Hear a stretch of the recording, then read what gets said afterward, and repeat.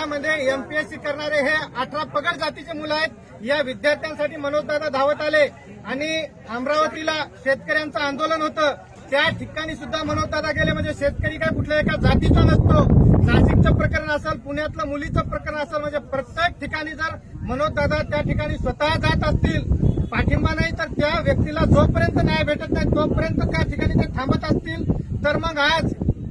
या महाराष्ट्रातला फक्त मराठा समाजाची या ठिकाणी का असावा,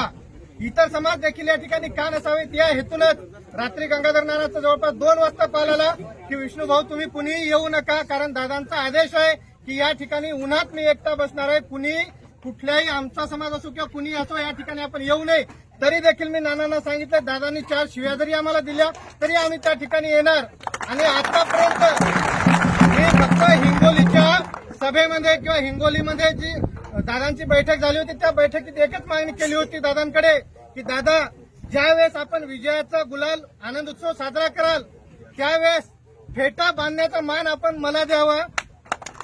कारण जोपर्यंत मराठा समाजाला आरक्षण भेटणार नाही तोपर्यंत आपण फेटा बांधणार नाही, हे आपण त्या ठिकाणी आपण सुरुवातीला सांगितलेलं होतं। पण दादा आज मी सगळ्यांच्या समोर सांगू इच्छितो की आपण मला फेटा नाही बांधू दिला तरी चालतंय, पण आज या उन्हातानात आपण उपोषण करू नये ही माझी यशवंत संघर्ष सेनेच्या वतीनं समाजाच्या वतीनं आपणास कळकळीची विनंती आहे, कारण योद्धा गरजेचा असतो। त्यामुळे आमची एक हात जोडून आपल्याला विनंती आहे की आपण तात्काळ उपोषण, कारण हे सरकार गेंड्याच्या कातडीचं सरकार आहे, त्यामुळे उन्हात तरी आपण उपोषण करू नये एवढी आपल्याला विनंती करतो। आणि जोपर्यंत आपण उठणार